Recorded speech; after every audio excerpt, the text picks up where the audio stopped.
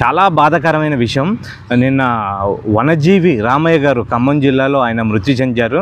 50 సంవత్సరాల పాటు మొక్కలు నాటారండి. ఆయన ఈ దాదాపుగా 1 కోటి మొక్కలు నాటిన ఘనత ఆయనకు ఉంది. ఆయనకి 2013లో డాక్టరేట్ అవార్డు వచ్చింది. 2017లో పద్మశ్రీ అవార్డు పొందాడు. అలాంటి గొప్ప ప్రేమికుడు ఈరోజు లేకపోవడం చాలా బాధాకరమైన విషయం నాలాంటి వాళ్ళకి, మీలాంటి వాళ్ళకి. అలాగే వాళ్ళు దంపతులు అనమాట, రామయ్య గారు, జానమ్మ. వాళ్ళు దాదాపుగా వాళ్ళ జీవిత కాలం ప్రకృతికే అంకితం చేసుకున్నారు వాళ్ళ జీవితం. అలాంటి వాళ్ళల్లో రామయ్య గారు లేకపోవటం చాలా బాధాకరమైన విషయం. ఇది అలాంటి వాళ్ళు మరణంతో మోదీ గారు కానీ, చంద్రబాబు నాయుడు గారిని కానీ వాళ్ళు కూడా స్పందించారు.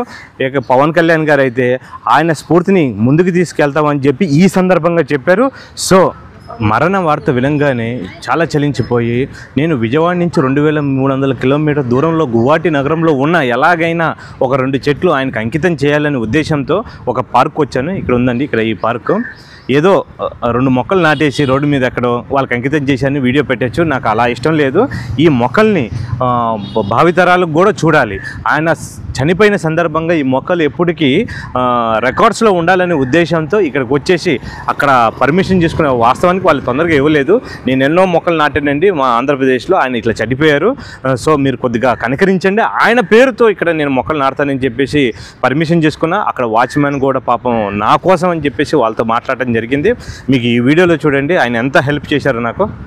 పాపం ఎక్కడ నాటాలని చెప్పేసి మనల్ని తీసుకెళ్తున్నారండి. చాలా మంచి ఆయన లాగా ఉన్నారు. ఇది చాలా ఆనందం అండి. నాకు ఎఫర్ట్ లేకుండా నా చేత నాటిస్తున్నారు.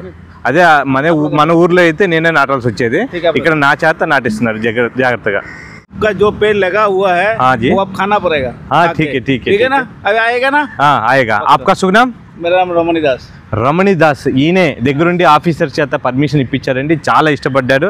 నన్ను భుజం తట్టి నేను దగ్గరుండి చేయించారండి అన్ని పనులు. సో ఎట్టగేలకు ఈ 2 మొక్కలు నాటి రామయ్య గారి పేరు మీద అంకితం చేస్తున్నాను.